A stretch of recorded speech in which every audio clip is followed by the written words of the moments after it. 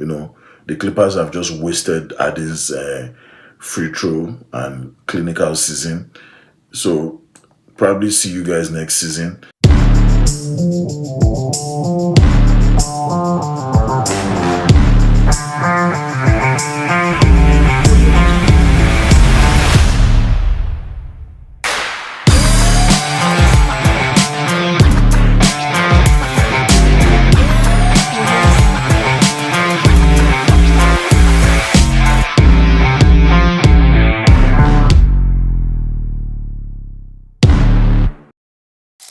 Hello everyone, it's me once again, Taiwo Onajobi, your host on Ladona's Maple Sports. We're happy to always bring you unfiltered opinion, sharp analysis, and big love for some Canadian hoops and eyes. We, try to break down the NBA a bit differently from what you see everywhere. We spotlight the CBL and we carve out space for some smart hockey talk. I'm really happy to see you guys again. This is run by Taiwo, your commentator, analyst, and unapologetic fan of the game.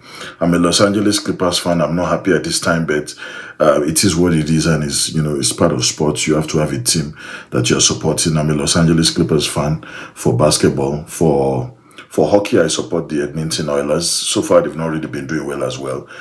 For baseball, I support the Blue Jays. And right now, they're in the off season. Let's see how it goes, man. Let's dive right into it. I like to just say today is a good day. Take a chance. Try to want more and be amazing. And be brave, but make sure that you make a difference.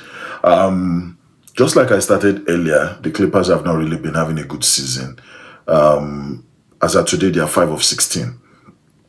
In a season where they've played about 21 matches, they've won only 5. This is a team that came with very, very high expectation. They went for players like Brook Lopez. They were able to get him from Milwaukee Bucks. They sold one of their top players in Norman Powell, who is now helping the Miami Heat to become a better team. And this is what happens in sports, because the optics we're looking at a more solid team that will have maybe a healthier Kawhi come back and kind of push things with James Harden.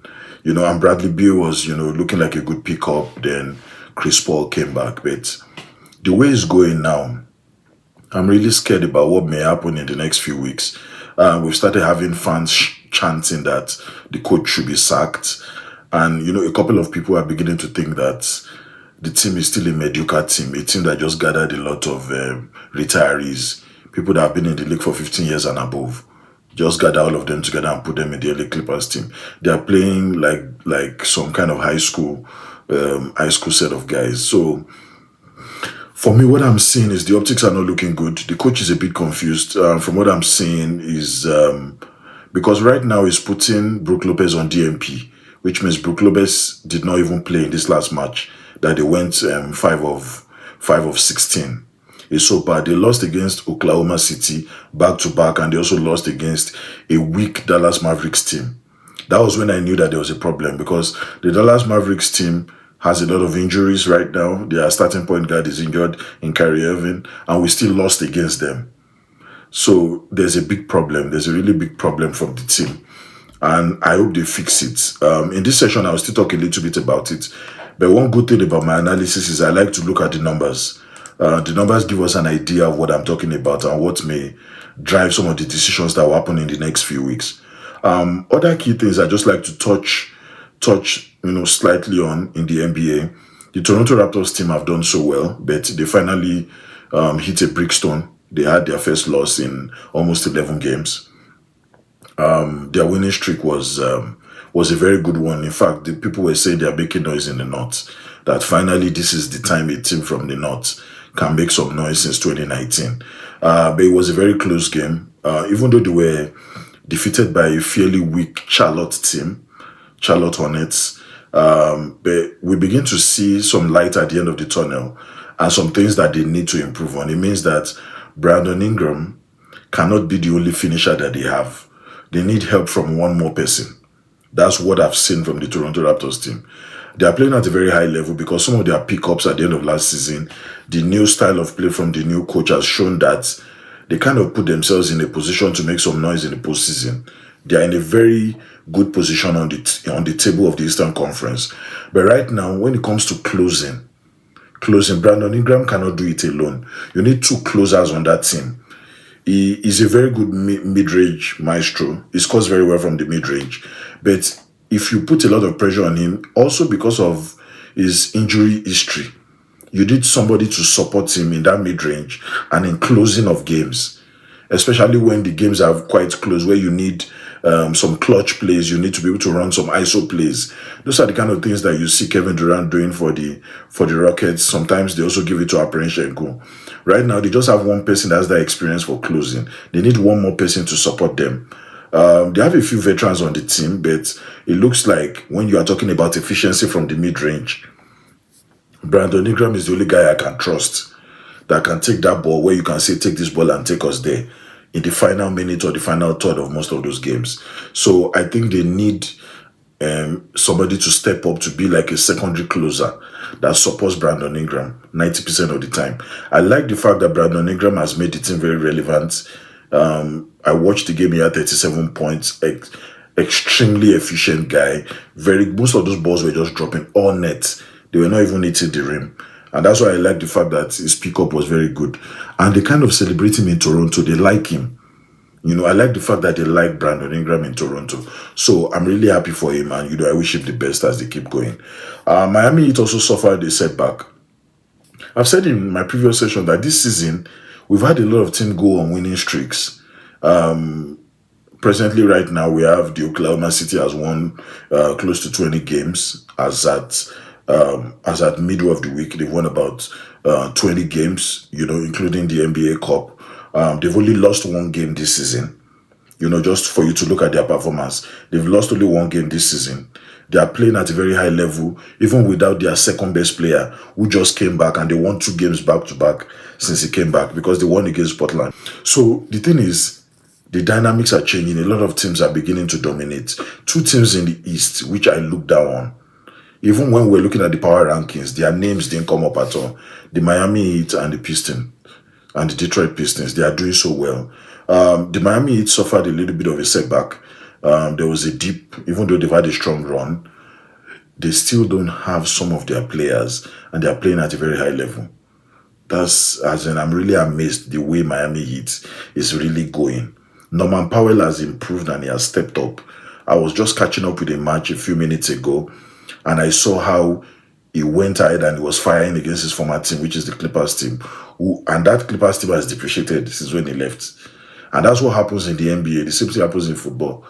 If a team gives up on a player and they trade him, even though he really wanted to stay, when he goes to a new team and he's being appreciated more there, if he gets the opportunity to play his former team, he will want to go all out and score like he has never scored before. And that's one thing I noticed about the way he approached the game against the Clippers. I'm happy for him because in Miami, he's well celebrated. He's in a structured organization where there's very high level of discipline. They hold everybody accountable, good nutrition system, and he's becoming a better player. So I'm really, really happy for him. Hopefully, they're able to make some noise and get to the postseason. When it comes to depth, I'm a bit worried about the Miami Heat. They don't have the kind of depth the Oklahoma City Thunder has. They don't have the kind of depth presently that the Houston Rockets have. In the East, maybe the team that is close to them when it comes to depth maybe is New York Knicks. Yeah, the New York Knicks have some form of depth with young players in that depth as well. So if you look at it well, maybe they can, make some noise. But when depth becomes a problem, because in the present team as presently constructed, if 2 of their key players are injured and that's all, Oklahoma City, even if Shai Gilgeous-Alexander is injured, the team can still win 10 out of 14 matches. And that's still good enough. If they play 14 matches, they can win 10 in Oklahoma. But I can't say that for any other team yet, even right now. Same thing with the Lakers. If there are 2 major guys, Austin Reeves and Luka Doncic, are injured, that's the end. The team cannot perform. So those are the kind of things I'm looking at. Are teams structured in such a way that 2 of their key players are injured and they are still able to get those wins, even in the postseason? That's exactly the way I'm thinking right now. And I don't think every team has that in place. The Golden State Warriors have struggled, and right now they'll be struggling for a longer time. Steph Curry is gone now. He injured his ankle.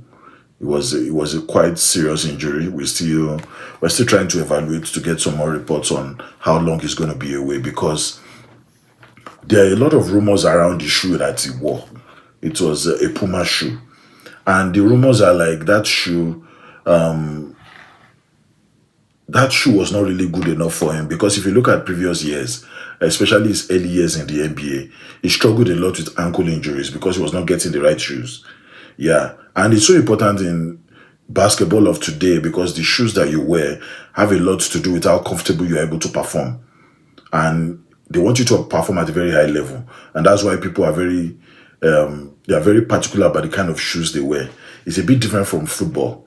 For basketball, the shoes you wear happens to be very important, especially when you are playing at a very high level or you are the best player on that team. So that Puma shoe that he wore, there are rumors, I'm not really sure, is also the same shoe that Ali Burton wore on the day he actually, broke his hamstring or injured his hamstring as well. So there are rumors flying around the NBA. There's no valid, report that says that there's something wrong with that particular brand of shoe. But that's the shoe that these two guys wore before going for those major injuries. Corey has not had ankle injuries in a very long time. Until he wore those shoes, now he has ankle injuries. In my own opinion, he was able to fare well with the Mamba shoes. He's doing so well with those shoes. He's doing so well with some of the Jordans. He should probably just wear some of that to protect his ankle and still wear some kind of ankle brace because I don't know whether those shoes are good for him. Not that the shoes are not good at all, but the shoes may not be good for his own style of play, especially because he likes to launch the ball from very deep. So you need some special shoes to be able to help you do that, at a very efficient level. Another major news that hit the digital airways is Lamelo Ball. Lamelo Ball, in my own opinion, is still one of the best players on the Charlotte team, but there was a change in dynamics this weekend or few days that just passed.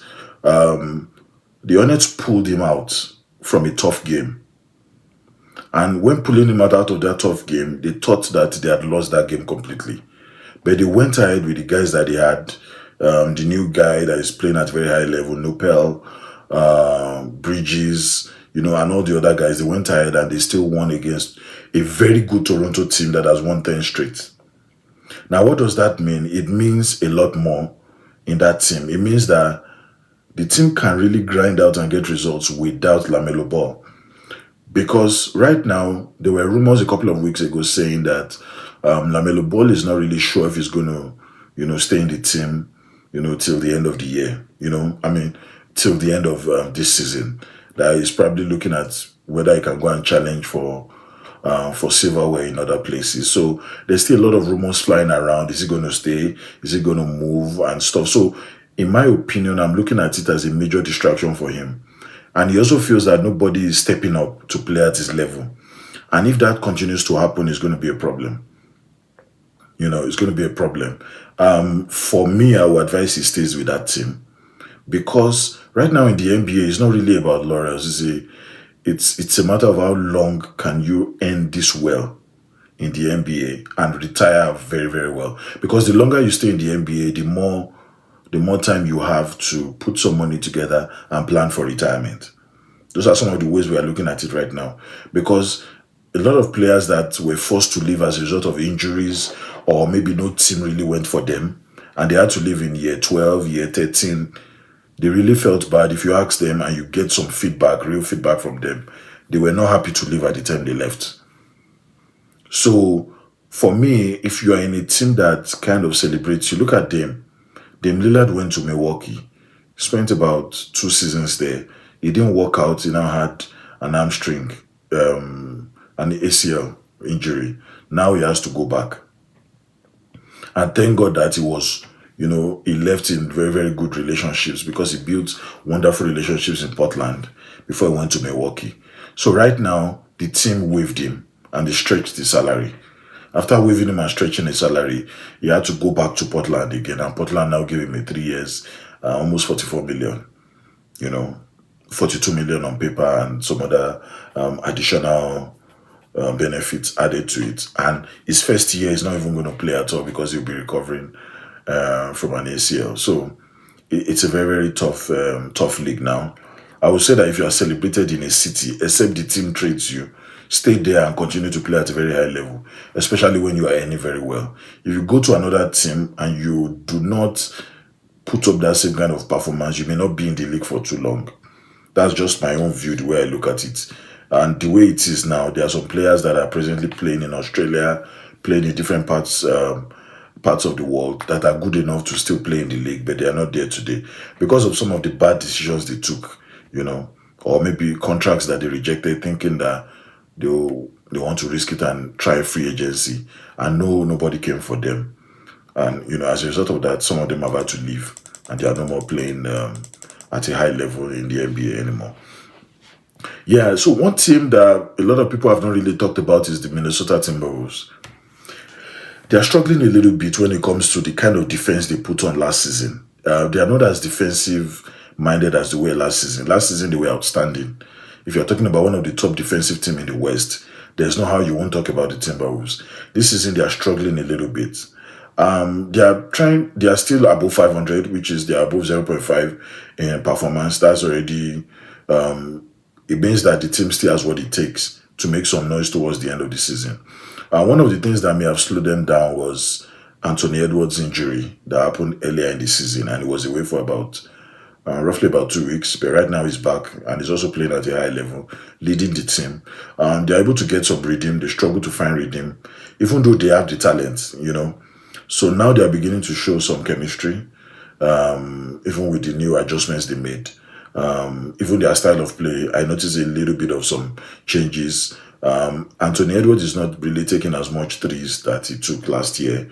They're trying to see how they can adjust it in the transition plays. They're trying some 2-3-1 in transition plays, making sure that their center is much involved now in the way things are happening. They are involving him in a lot of pick and roll. So let's just see how it goes. I felt I should just put that out there. The Minnesota Timberwolves can still make some noise, but they have been a bit quiet because nobody's talking about them in any rankings. Nobody's doing any analysis on them so far. Hopefully, towards the end of the season, they are still able to book some good games towards the end and maybe, come up clutch. I don't want them to be in playing. I want them to be at least top 6, just like they did 2 years ago. You just be in that top 6. Give us the mix and, try to get to the conference final again. And you can push from there. The Houston Rockets, which is the next team I'll be talking about, for me, they are still doing very, very well. I like the way it's going. Kevin Durant took some time off because he had some family emergency. And the team went on to win without him. That's the surprising hot topic for this week. They went ahead and they won without him. They still find a way to distribute the ball very well. For me, it just shows that a solid system is better than a talented player. Because if the talented player is not available, he can get injured. That system should sustain you and help you to still get some wins still when he gets back. I also understand the fact that it's good to have talent on teams, but a system that is formidable should be able to have even mediocre players or average players come into that system and still come out successful and put the team in a better position to win. And that's where good coaching comes in, good system, that is working very well for players. That's where it comes in. And I'm really happy with the way things are going. Just to touch a little bit on the NBA Cup optics, the way the NBA Cup is going this season is very different. We have 4 teams that are 4-0 in group stage, which means they were undefeated in their group stage. 2 in the Eastern Conference, 2 in the Western Conference. I was like, what? What's happening? NBA Cup this season is even tougher than last season. Even though Oklahoma City got to the final, but it looks like they've gotten that confidence from winning the championship. They want to win the NBA Cup again to add to it and try and see if they can repeat again this season. They are young, they are healthy, they have depth, they still have draft capital, and they've not even tested it out. So it means that even if there are injuries between now and January, or even between now and May, they can still, use their draft capital to draw players to come and help them to win a second time.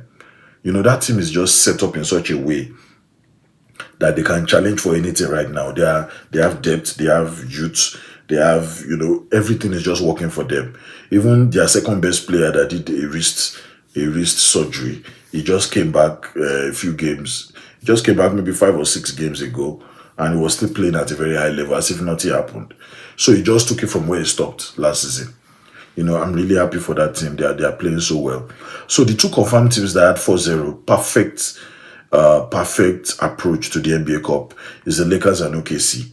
And everybody knows, even those that are dead, they know that the OKC team is better than the Lakers team because they've played this season and it was a very high level match. OKC still defeated them, in all levels and in all parameters. So the OKC team is better than the Lakers, but the Lakers are also cruising. They've gone on multiple runs this season. They went on 7 game, later lost, later went on another run. They've not lost in a while as well. I can't even remember the last time they lost. They've not lost in a couple of games. They are playing so well. So Lakers and the OKC, I'm looking out for them. Even though they are playing the second best team in all the groups within the West, the teams that were the second best, we had Phoenix Suns and we had San Antonio.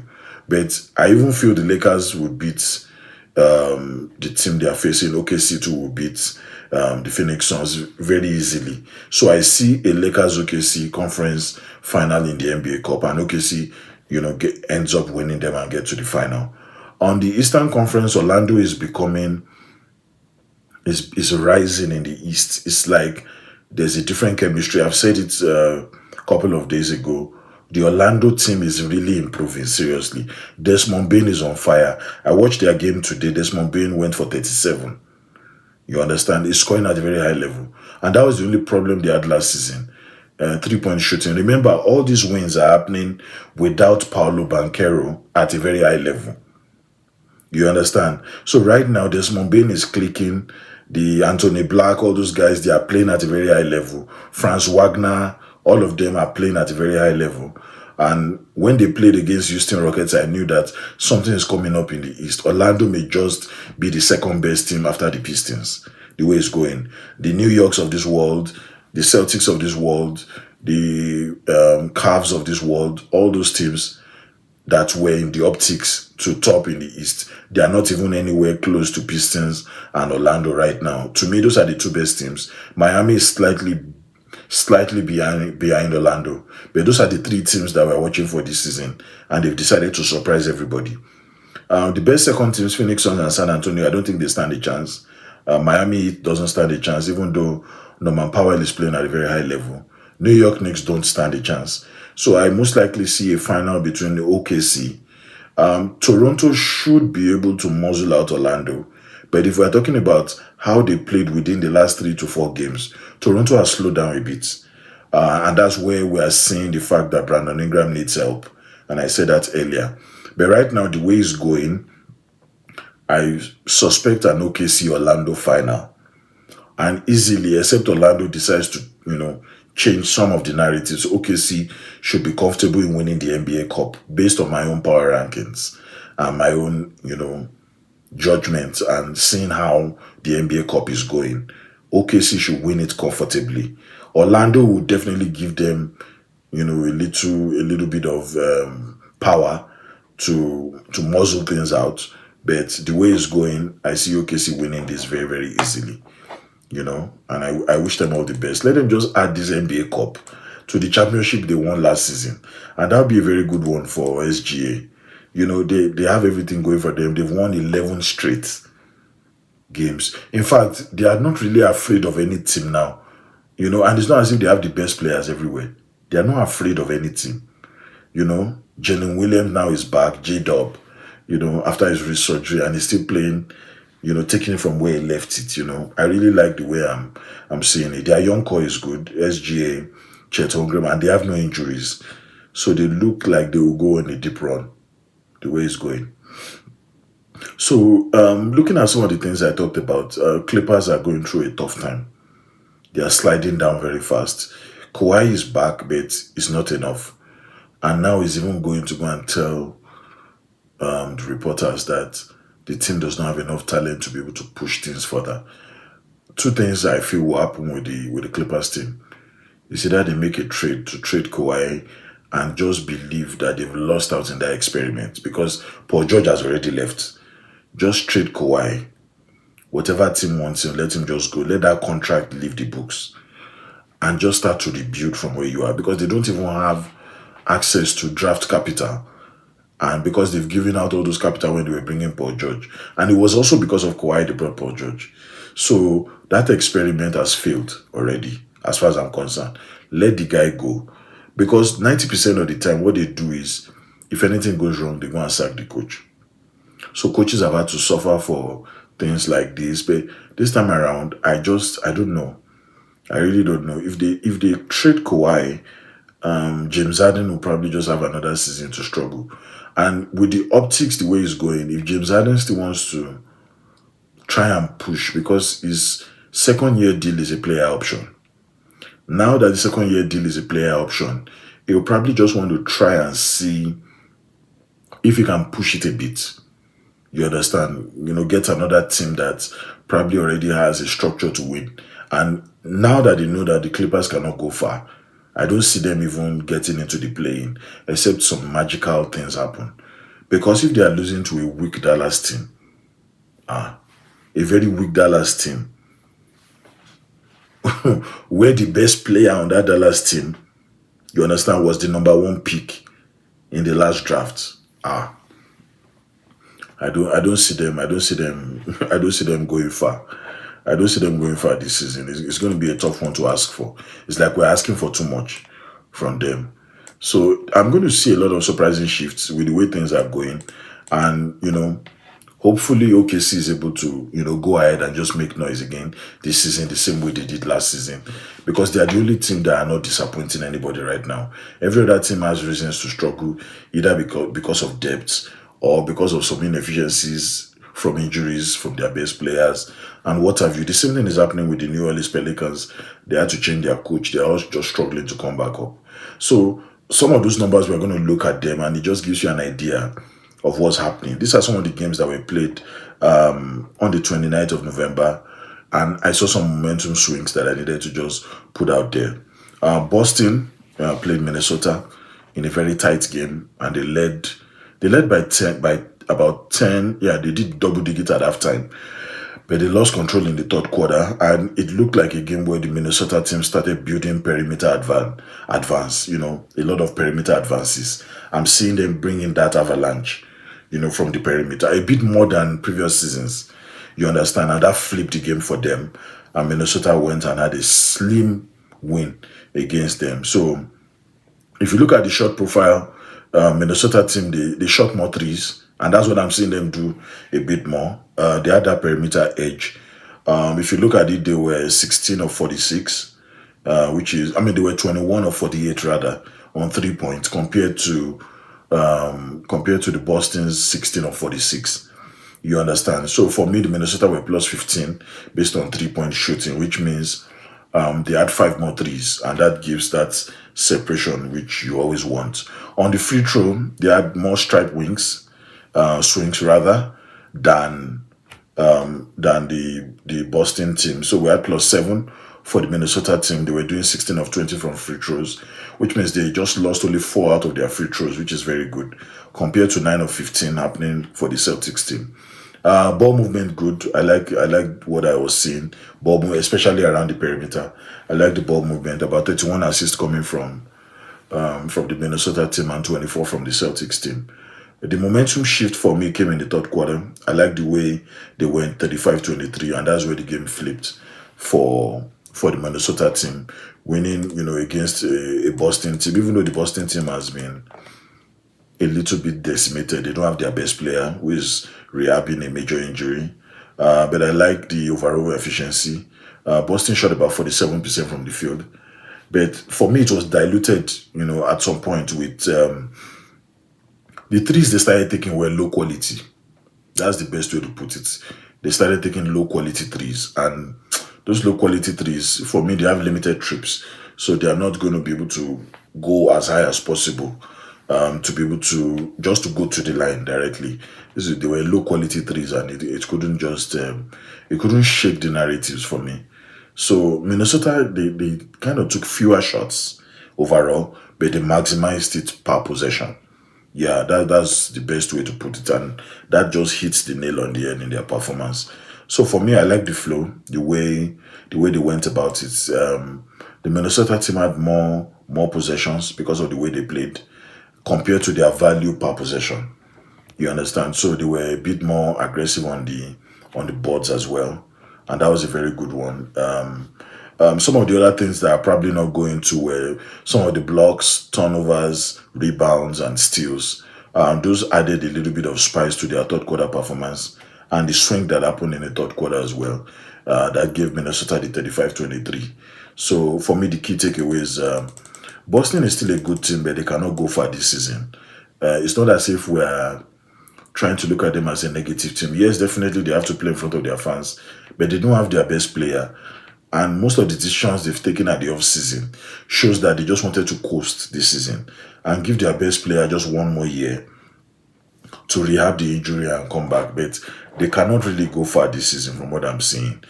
But it's good, because a lot of people are paying to watch them. They come, they play, they try their best. They give it some good effort. But I don't see them even making any noise like last season. I don't see that happening this season. The Toronto team, just like I said earlier, went ahead to lose against Charlotte, and the Charlotte team was very, very aggressive in the overtime. I watched the game; it was a tough one. Toronto controlled very early. I was looking at the sequence. They didn't play anything different from what they normally do. They take the pace. They are a bit faster than the team I saw last year. Scotty Barnes is so healthy. So they took advantage across the middle quarters, tried to play their style of football, But in overtime, they looked tired. Yeah, they looked tired in overtime. The Charlotte team showed that they were slightly younger and slightly fresher in the overtime. So over time, it was now depending on how would this game go. It's the shot quality that will determine who the winner will be. And that's exactly what happened. Charlotte had more shot quality in the overtime. Free throw pressure, bench impact, all those other things added to it. So Charlotte won the match, in overtime, even though the Toronto team looked more like they were more experienced. But also, when you are on the winning streak, you've won 10, 11, 12 games at a row, you appear to be a bit more tired than a team that has no expectations, but they are just surviving and making it just count. You understand? So those are some of the things I saw. And I like the numbers very well. And these are the numbers that kind of made things swing a bit. For the perimeter shooting, Toronto did 9 of 29 on 3 points, and that's 31%. So both teams didn't even shoot so well. Charlotte had 10 of 39 3-point shooting, and that's 26%. That's still not good enough. So that was why in the overtime, whoever had more quality shots, even though both of them didn't shoot so well, whoever had quality shots was going to win. Now, if you look at the label, I call it a low efficiency volume versus a low volume accuracy. I like the way both teams approached the fourth quarter. They showed a bit of desperation, and that's why it went to overtime. So Toronto will continue with that volume. They have a modest volume, and they have a better accuracy because they have a mid-range maestro in Brandon Ingram. And Emmanuel quickly is also doing so well as he's, driving the ball, distributing the right way. They are really playing, in line with what the coach really wanted. The coach had a very, very wonderful ideology, and it's working out fine for them. So I like what I'm seeing. So they should keep it up. Even though free throws were a bit better for the Charlotte team, they had 26 of 29, while Toronto team had 14 of 17. So it means that Charlotte was attacking the basket a bit more, so they were getting more free throws, and that's why they have 90%, and that's a major swing for them. Even in the overtime, they were able to do so well. The rebounding battle, Toronto had 52 boards, and they have 17 offensive rebounds, while the Charlotte had 39 boards, about 12 offensive rebounds. And even though, if you look at the second chance volumes that they had, the Raptors, they kind of generated extra possessions too, but it helped them enough to get to an overtime. But in the overtime, like I said, they were just tired.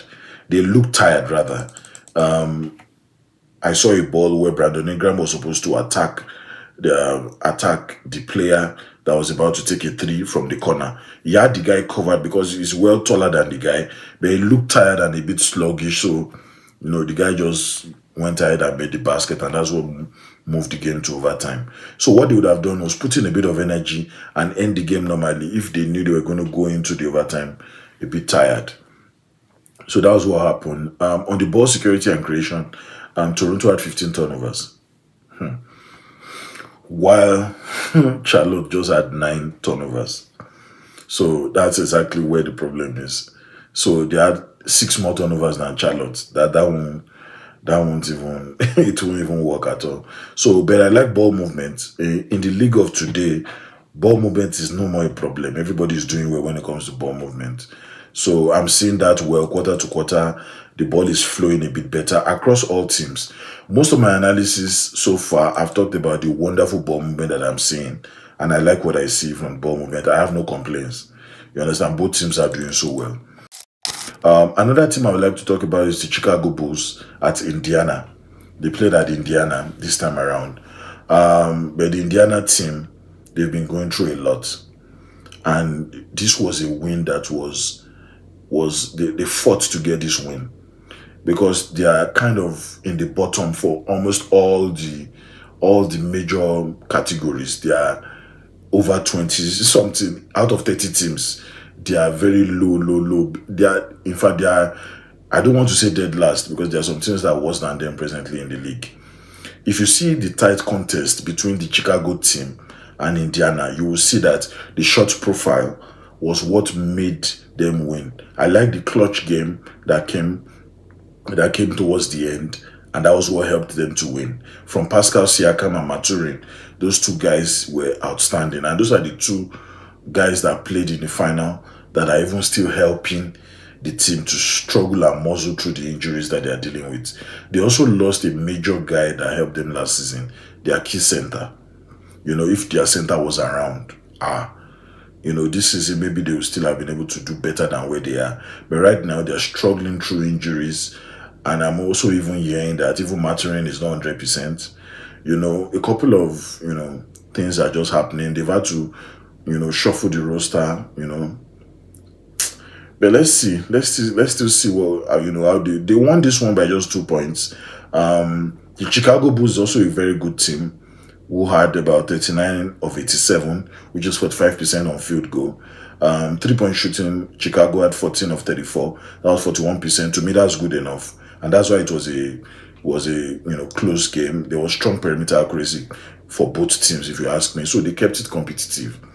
So on the free throw, we had 9 of 16 on the Chicago Bulls side. Poor free throw shooting from a very, very poor 9 of 16. Extremely poor. You understand? For a game that was just a 2-point game. If they had, let's even assume they had 14 of 16 on this free throw, they won't lose this game by 103-101. Very, very poor. The Indiana field goal, they had 41 of 89. That's 46% on field goal percentage. 3-point shooting, they had 13 of 41. Very, very poor 3-point shooting on this day, which is 32%. Because if you look at it, 14 of 34 is 41%. So based on the attempts, Indiana had lower efficiency but higher volume.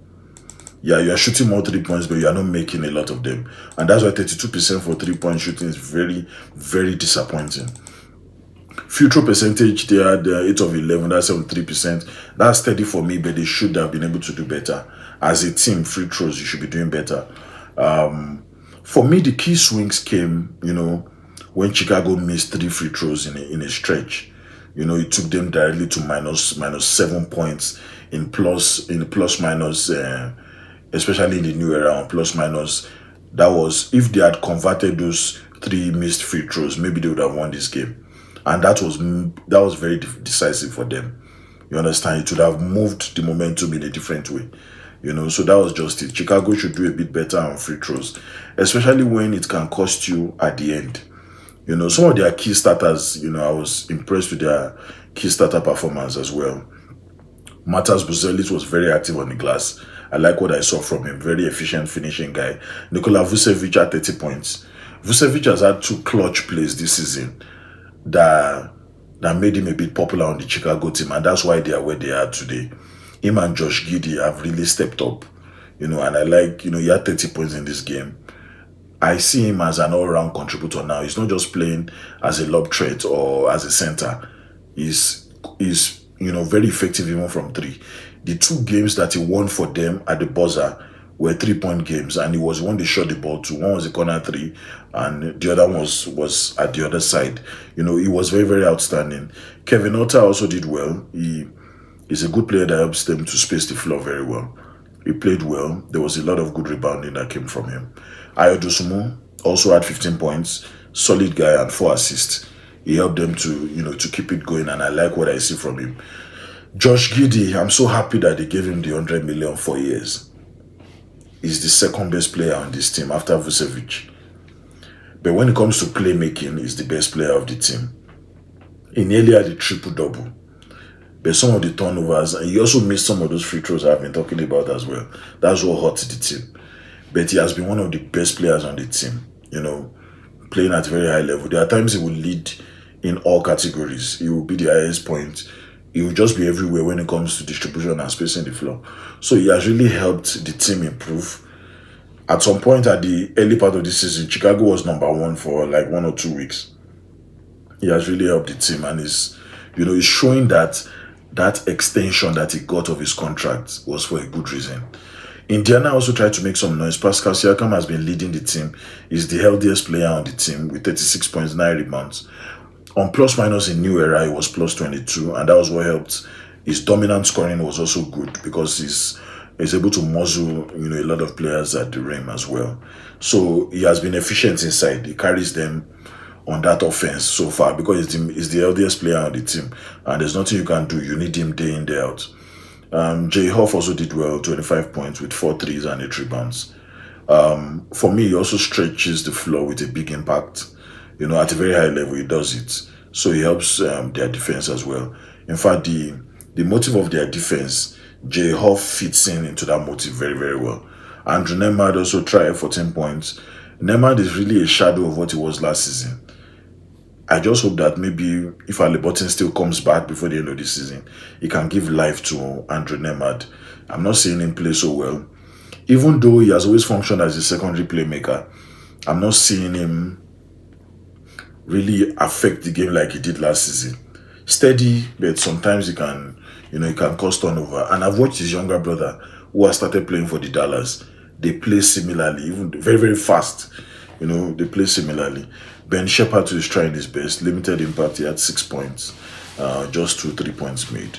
Benedict Mathurin too, him and Pascal Siakam are really taking the team because Benedict Mathurin is very, very aggressive. He's a strong player, so he's the one that can really help them when it comes to all those clutch perimeter shot making opportunities. He's really helping them, and he also helps sometimes in the wing defending as well. So some of the bench guys also helped. Isaiah Jackson, TJ McConnell, very fast. They tried to swing the momentum, and that was how Indiana was able to run away with this win against a very good Chicago team. So the Chicago team will still continue. They had 27, 26, which was a balanced start in quarter 1, and that was more of the game flow. Quarter 2, Indiana went plus 8, and that was 35-27. And Siakam tried to fuel this run. That's where most of Siakam's points started coming in. And in third quarter, they tried to steady things 26-25. That was a +1 on perimeter shooting. And that kind of kept it very, very close. Then finally was quarter 4, where Chicago went on a +4 and rallied, but some of their missed free throws came in the fourth quarter. Then even their turnovers were at crunch time, if you look at it well. A lot of crunch time turnovers. And for me, that's not even the best time to have turnovers. You can have turnovers in quarter 1, but not in the fourth quarter. It will work against you. Because even players get discouraged when they see that they are making too many mistakes. So that's a good one for me. I wish them all the best as they go on this season. The Detroit team. Here comes the team of the East. The Detroit team. Forget them. These guys, they are not playing this season. The Detroit team, Detroit Pistons are not playing.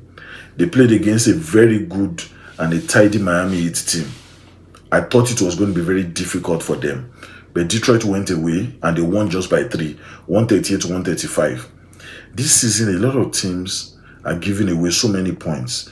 So the team that ends up winning the league this season, just write it down somewhere. The team that ends up winning the league this season is the team that is able to produce more points or stop the other team from scoring a lot. Because if you look at the Detroit team, one of the best defensive team I've seen in the Eastern Conference, they still allowed 135 points, which means they had to score 138 points to win this game. Very, very close game. The Miami Heat has really improved. A lot of people wrote them off. This was, a team that everybody thought that nothing would come out of. But see what's happening. Miami Heat. So some of the usual things happen. Detroit Pistons came into this game. They controlled the first 3 quarters efficiently. Their shooting was top notch. Everything was going quite well. Miami started storming back in the 4th quarter and they had 44-30. They had 44 points to 30. And everybody was like, man, the Detroit team has fallen short because they were not able to respond within that 4th quarter. So the game now started looking at offensive execution. They started looking at, okay, let's start calling plays. You see the coaches started looking at how they can restructure what they were. Because the 1st, 2nd, and 3rd quarter, if you watch the Detroit team, you already believe that the Miami Heat cannot come back. You already believe until we started seeing something different. And I like to look at the numbers just to give you an idea. In field goal percentage, 55 of 93, Detroit, very efficient. Over 59% is very good, especially for a regular game season. Against a top contender in the East. Very good efficiency, especially inside the arc. Now, 3-point shooting, they were 11 of 26. That's very good. Over 40%. For me, that's balanced accuracy, if you ask me. Free throws, 17 of 23. They could have done better because that's why it's free throws. They did 76%. For me, it's solid but not dominant. That's the only way I see it. Detroit, they maximized every shot quality that they had. They had clean looks and they took them well. So they also tried to spread the scoring as well. We didn't have too many ISO situations and stuff. So I like the way it went. Miami Heat had 44 of 88. That's another good and efficient performance. They were strong but less efficient than Detroit. So what just happens is they just lost to a better team, but they played well. As just the 3-point shooting, they were 14 of 28, almost 50% of their 3-point. That's very, very good. Free throw shooting, I think they were even better. They scored 33 free throws out of 39. That's 85%. And that's very good. So for me, that's a huge trip advantage. Looking at plus 16 when comparing the team in the era of plus minus. So plus 16 versus Detroit, that's very, very good. So Miami team continues to lean on free throws a lot. But if you don't have much of that, especially when you play a team that has more free throws than you, it will be difficult for you to claw back late. Because what happens is free throws are happening both ways. So they got some free throws that helped them to claw back a bit late. They were aggressive very late in the 4th quarter. But if you face a team, for example, an Oklahoma City team gets a lot of free throws. And that's where SGA, that's where he eats, that's where he takes his lunch, dinner, and brunch. Free throws. So if you play a team like that, it cannot work for you. You understand? So you need to even continue to contend in the first 3 quarters so that you are not fighting in the 4th quarter. That's my own feedback for them. Detroit, I like their 59% field goal percentage. And, looking at free throw advantage that Miami also had, they tried to knuckle things out. And that was why the game was very, very close. Detroit had Tobias Harris, Tobias Harris is finally back. He was slightly injured at the beginning of the season. So he's back with 26 points, 10 of 12 from field goal. And he was very efficient. To me, permit me to use the word that he was nearly flawless in his performance. Nearly flawless. Because if you look at the way he was shooting, he was very versatile. He approached the game differently. And Duncan Robinson, also a good pickup from them in the offseason.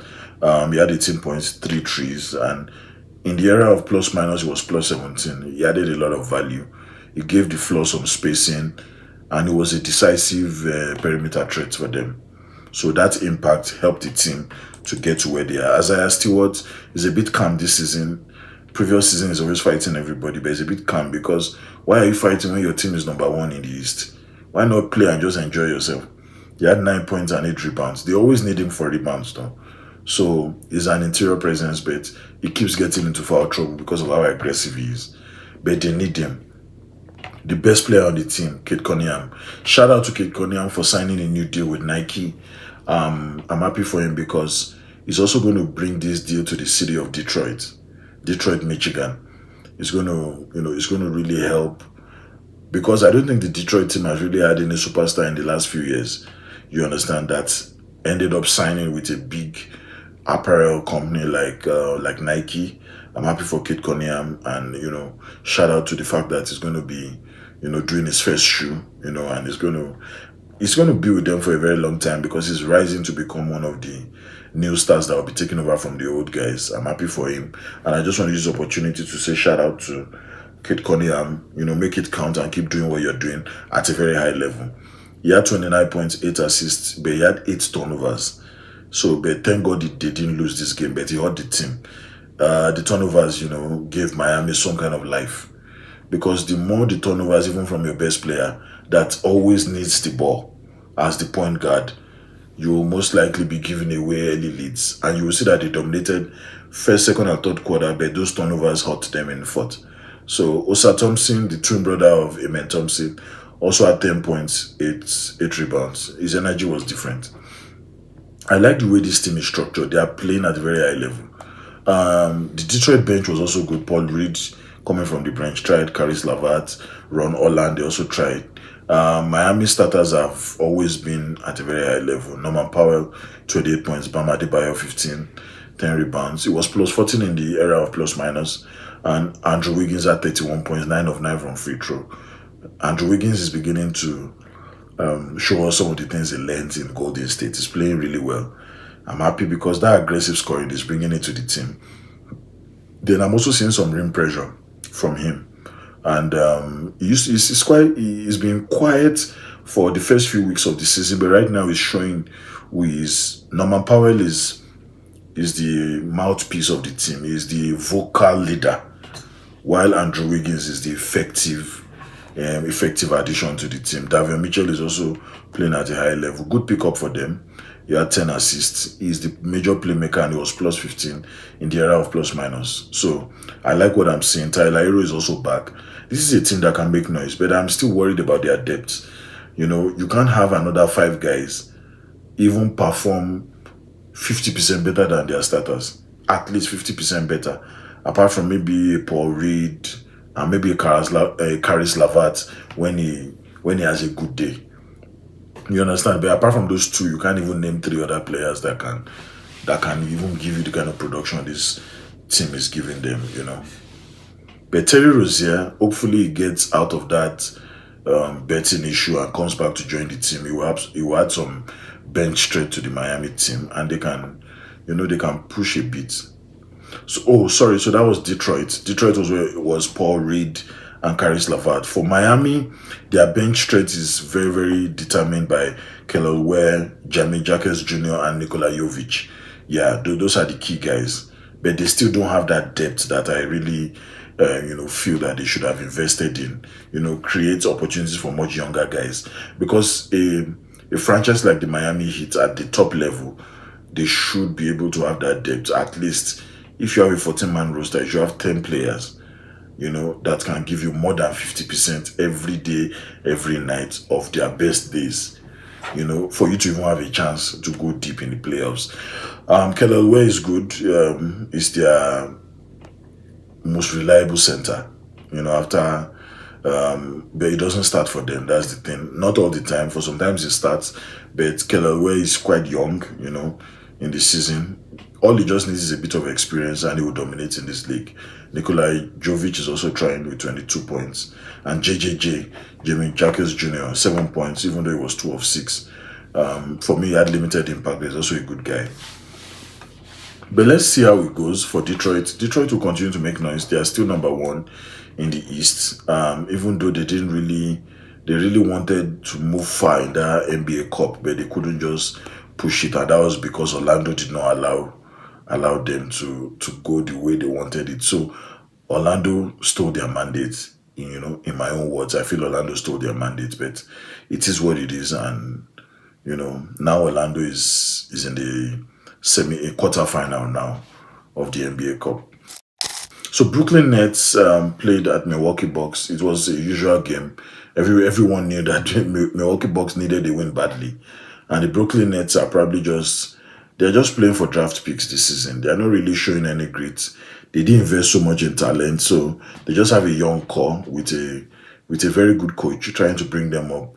They are experimenting what Oklahoma City went through a few years ago. And it's okay to do that in the league. Get some good draft picks, good draft capitals, and start to invest in young talent. It's still a good team, but everybody expects to just get some free 3 points from them. Same thing with what everybody expects to get from Charlotte as well. So Brooklyn, they showed flashes of some collapse early in the middle quarter, but nobody really expects much from them. So that's why I'll just go straight into the numbers.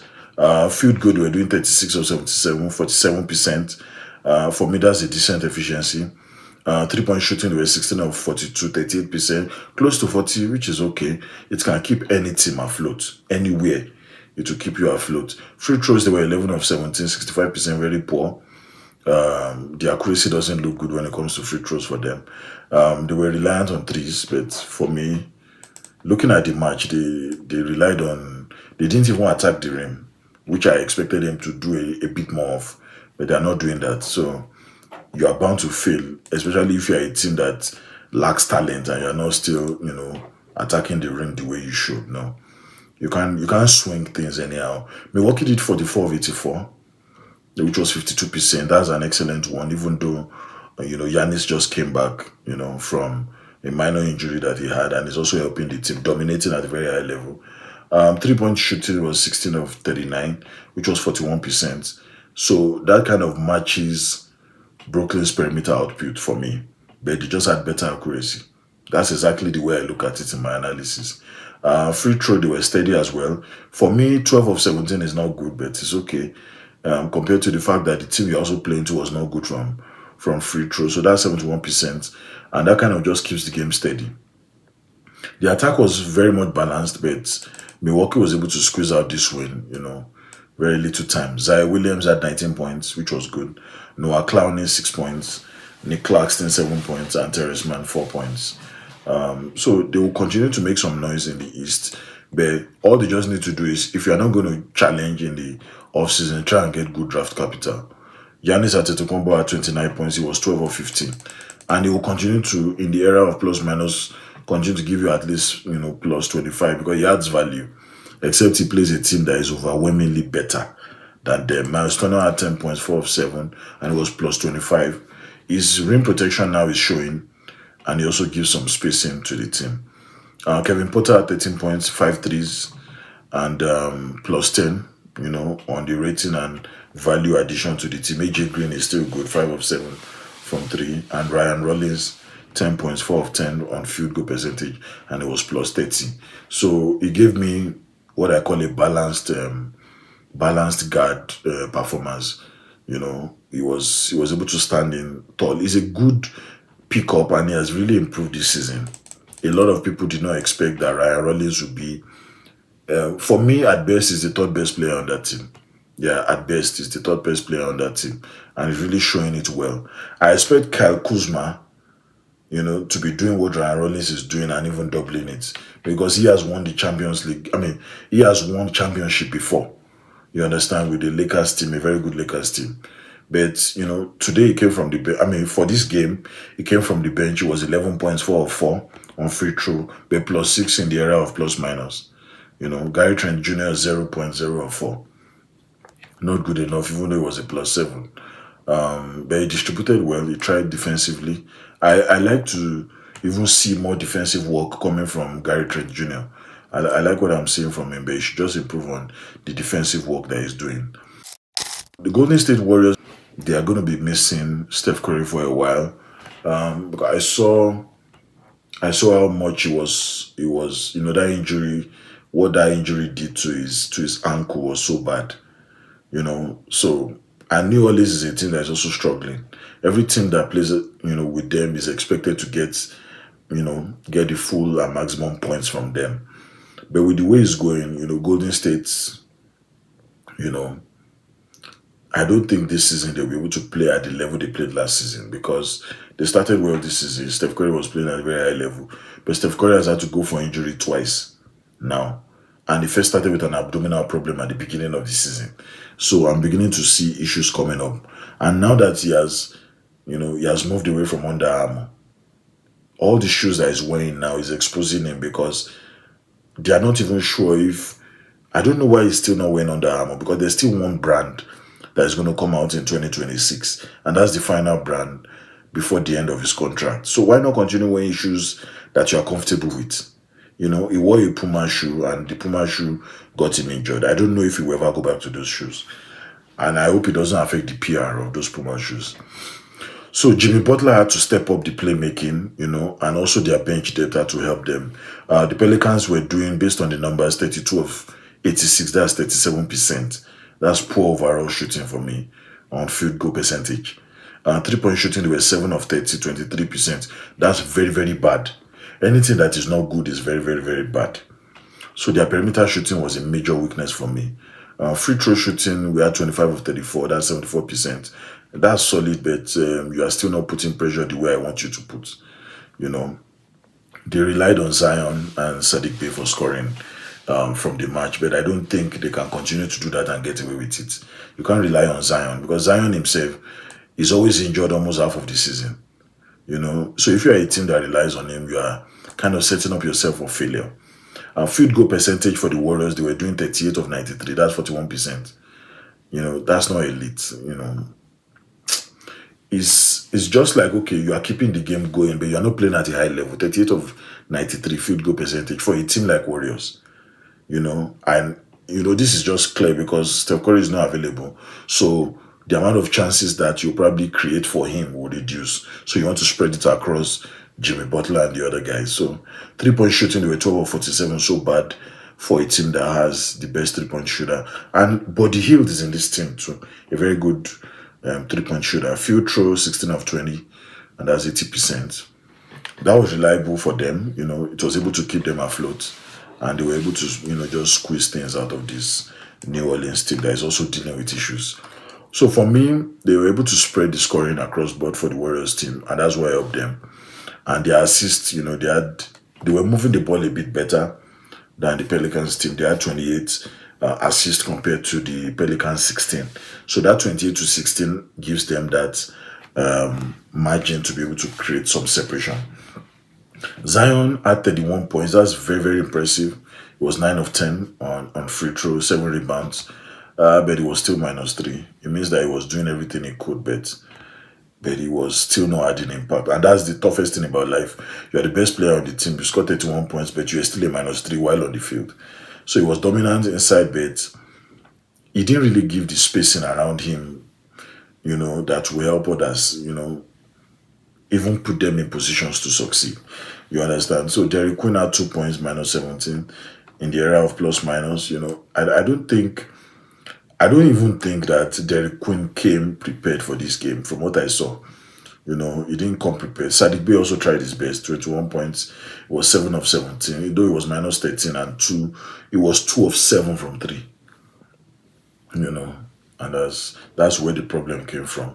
Jeremiah Fears also tried his best. He had 16 points.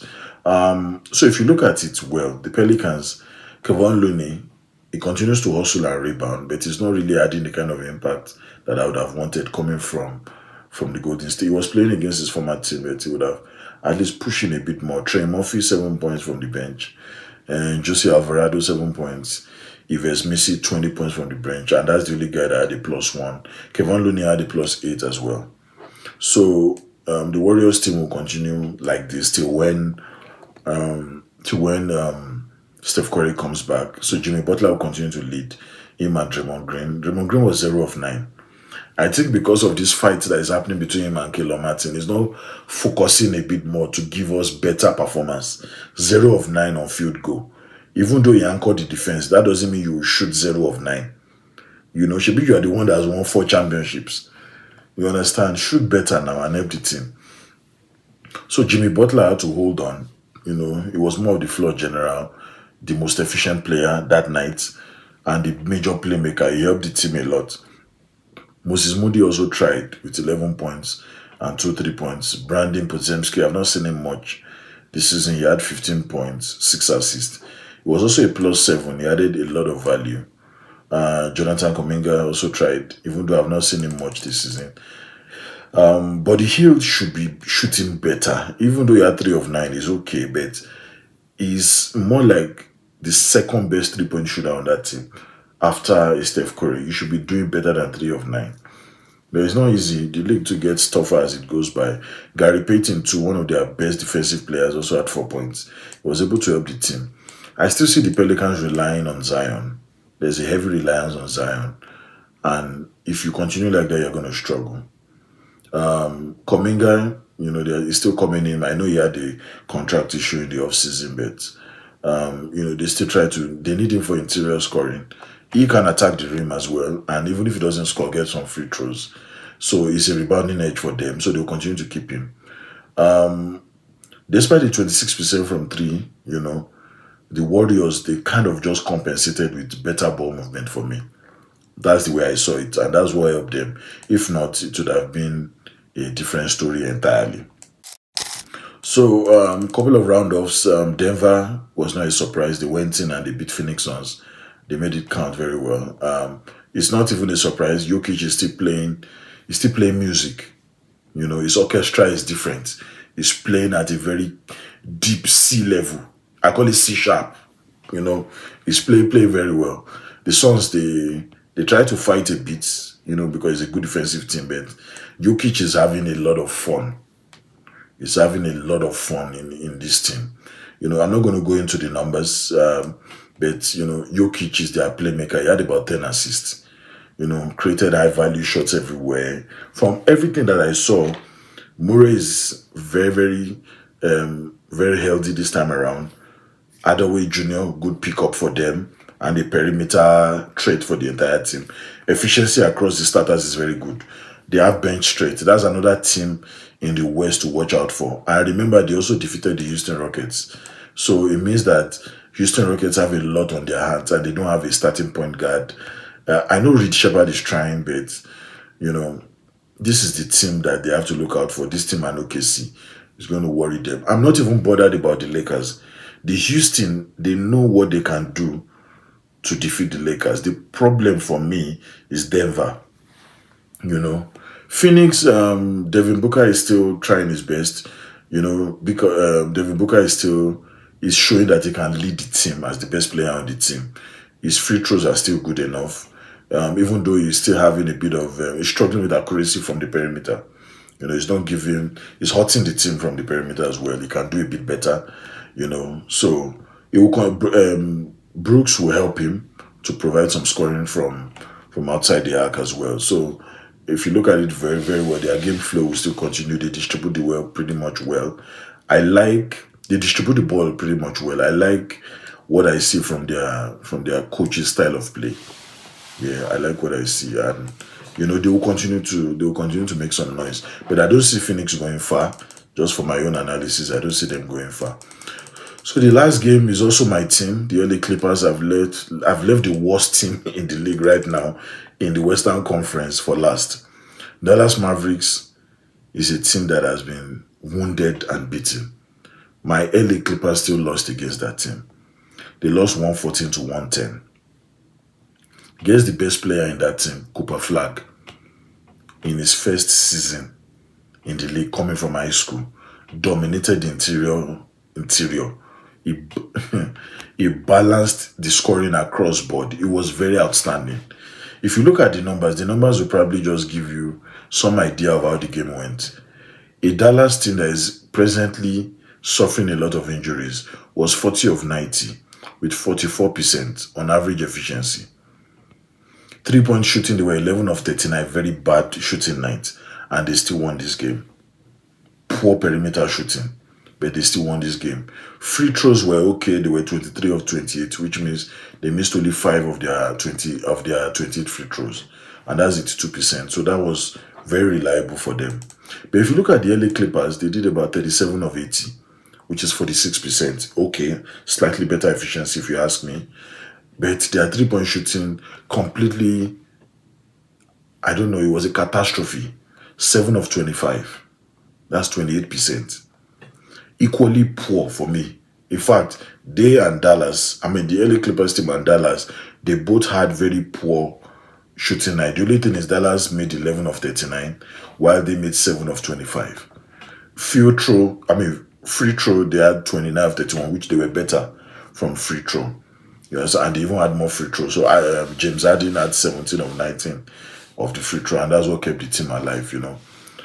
For Clippers, they lived mostly at the line for that game. If I'm going to be very correct about the way they approached the game, they were mostly at the line. They couldn't generate enough what I call perimeter balance or perimeter impact to help them push the game a bit better than what they would have wanted it to be. So for me, the swings came from the wonderful performance of Cooper Flag. You understand? The rebounding battle was good. 37 versus 46 overall. It's not good enough. Even though we had about 33 defensive boards versus the 41 of Dallas, you are still forcing some turnovers, 15 of 18. That cost them a lot of problem. You understand? You are not converting them into transition points. You understand? So even if you are forcing turnover, if you don't convert them to points, it's like wasted effort. So from what I'm seeing, I really don't. You see, something is about to happen in LA, in the LA Clippers team. The owners of the club are saying the coach has all the power to turn this story around. And once you start hearing that from the ownership, it means that the coach has a few more games to show them that he still wants to go ahead. If not, it's either they sack the coach or they trade their best player, because their best player is the only player that can get them more assets. But right now, their best player has injury history that works against the club. So they are stuck with a James Harden that does not have enough help. Yeah, James Harden is playing some of the best basketball, even though he froze in his last match, which I just checked before this podcast. He scored just 11. But despite that, even Kawhi had over 30 points, but they still lost. So it means that the league is getting tougher. The West is becoming, very difficult for them, and they may not even make it into the play. And that's very, very bad. Dwight Powell had 9 points plus 13 for Dallas. Najee Marshall 18 points plus 13 as well. Cooper Flag was outstanding, 35 points. Shout out to you, Cooper Flag. I like the way you approached the game. It was 13 of 22, 9 of 11 on free throw. Even though it was a -5 with the highest impact on the team, but it was a -5 while he was on the pitch. He dominated inside, but if you look at the defensive lapses that were coming from me, you will see that he's still not fully experienced as we thought it was going to be.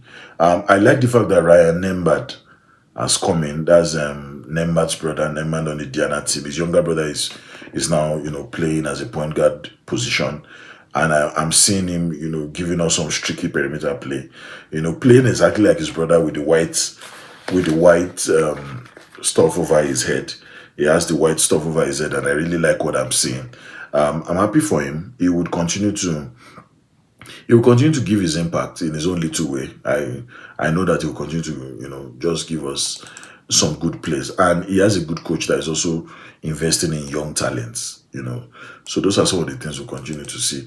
Dallas, Caleb Martin, who has not really played much this season, 0 points, 0.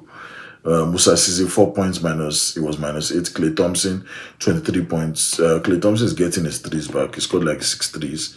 It was +15, and it was very crucial in the third quarter because I was able to catch up with the match, even though I didn't start from the beginning. And Brandon Williams had 14 points. It was plus 17. Jaden Hardy 0 points. PJ Washington 0. D'Angelo Russell 0 points. These are DNPs. They didn't play at all. Now D'Angelo Russell is a big concern for me. You signed him for slightly above the veteran minimum. You understand? For a 2-year deal. And Spencer Dinwiddie is playing outside the US, playing in Spain. And now D'Angelo Russell, you are not even starting him anymore. He's now coming from the bench. In fact, right now he's on do not play DNP. So it's also about the choices they made. They decided to go for him. They pulled him out of a Brooklyn team who is also struggling. And there are a lot of players that are out of the league now that are even better than him. But that's one thing about life, some lazy players may get away with some things, while some top players will be out of the league. It's just life. So Kawhi helped the team with about 30 points. He was 10 of 20 and it was +3. For me, he will still continue to give them efficient scoring. The only problem is injuries. John Collins, 21 points, 9 of 10 on field goal +1. Then Ivica Zubac was 19 points, 11 rebounds and +4. James Harden, 29 points, which is okay, 17 of 19 on free throw. He had 11 assists, even though it was a -2. Chris Dunn, too, is another good defensive guard. I like the way he plays. He's a defensive guard, even though he didn't do much scoring, but he also helped the team.